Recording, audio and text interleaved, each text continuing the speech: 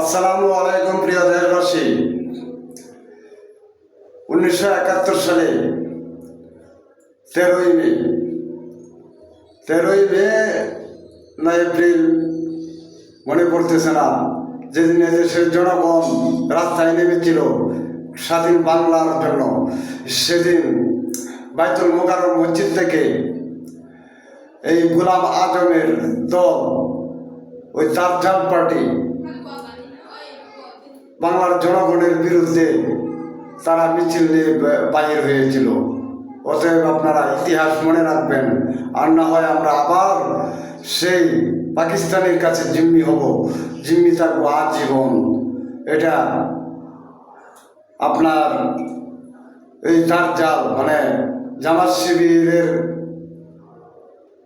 ক্যাটাগরিতে এবং সরকারের কিছু লোকের ক্যাটাগরিতে আবার আমরা পাকিস্তানের জিম্মি হয়ে যাব।